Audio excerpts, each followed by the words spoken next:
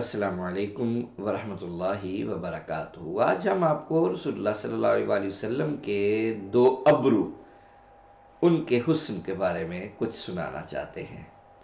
حسن و جمال کے اعتبار سے وہ ابرو مثالی ہوتے ہیں جو محرابی شکل رکھتے ہوں، پتلے اور لمبے ہوں، اور ان کے بال بھرپور اور پورے ہوں۔ جانب عالم صلی اللہ علیہ وسلم کے ابرووں میں یہ تمام صفات بدرجہ اتم پائی جاتی تھیں۔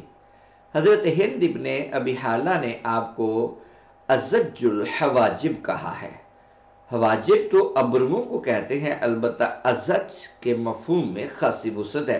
قاضی ایاز رحمۃ اللہ علیہ فرماتے ہیں کہ جن ابرووں میں یہ تین صفات پائی جائیں وہ ازج ہوتے ہیں۔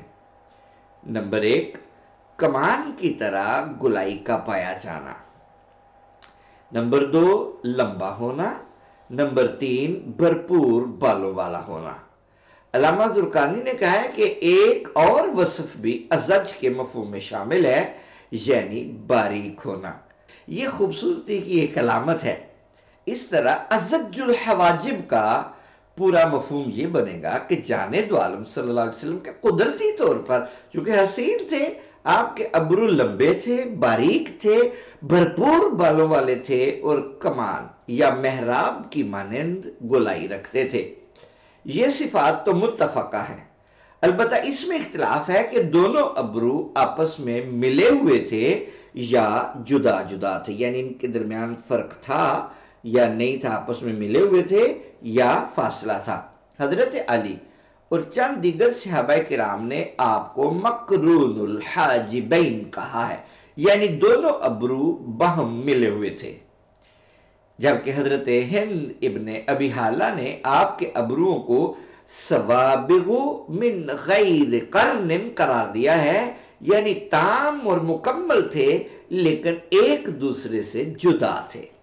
شارحین حدیث نے ان دو متضاد روایتوں میں تین طرح سے تطبیق کی ہے۔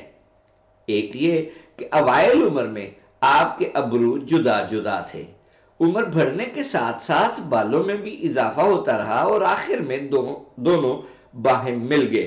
چنانچہ جنہوں نے آپ کو مقرون الحاجبین کہا ہے انہوں نے عمر کے آخری حصے کی کیفیت بیان کی ہے، اور جنہوں نے من غیر قرن کہا ہے انہوں نے آپ کی جوانی کے زمانے کی بات کی ہے۔ دوسری یہ کہ آپ کے ابرو در حقیقت متصل تھے، مگر ان کو ملانے والے بال اتنے پتلے اور ملائم تھے کہ عام حالات میں نظر نہیں آتے تھے۔ ہاں، جب سفر وغیرہ کی وجہ سے ان پر گرد پڑ جاتی تھی تو نمایاں دکھائی دینے لگتے تھے، گویا سفر اور گرد والے کام مثلا جہاد وغیرہ کے دوران آپ مقرون الحاجبین ہوتے تھے، اور عام حالات میں آپ من غیر قرن یعنی ملے ہوئے نہ ہونے والی کیفیت میں ہوتے تھے۔ تیسری تو یوں بیان کرتے ہیں کہ در حقیقت آپ کے ابرو جدا جدا تھے مگر دور سے ملے ہوئے دکھائی دیتے تھے، چنانچہ جنہوں نے مقرون الحاجبین کہا ہے انہوں نے دور سے دکھائی دینے والا منظر بیان کیا ہے، اور جنہوں نے من غیر قرن کہا ہے انہوں نے نزدیک سے نظر آنے والے نظارے کے بارے میں بتایا ہے۔ زیادہ تر محدثین نے اسی توجیہ کو ترجیح دی ہے، واللہ اعلم بالصواب۔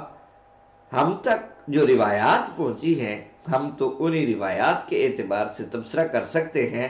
التجا ہے کہ اللہ تعالیٰ اپنے محبوب کا چہرہ والضحیٰ ہمیں بھی دکھائے، ہمیں بھی زیارت کرائے، ہم بھی جان پائیں کہ رسول اللہ صلی اللہ علیہ وآلہ وسلم کا جمال، آپ کی خوبصورتی اور آپ کا روح زیبا کیسا تھا۔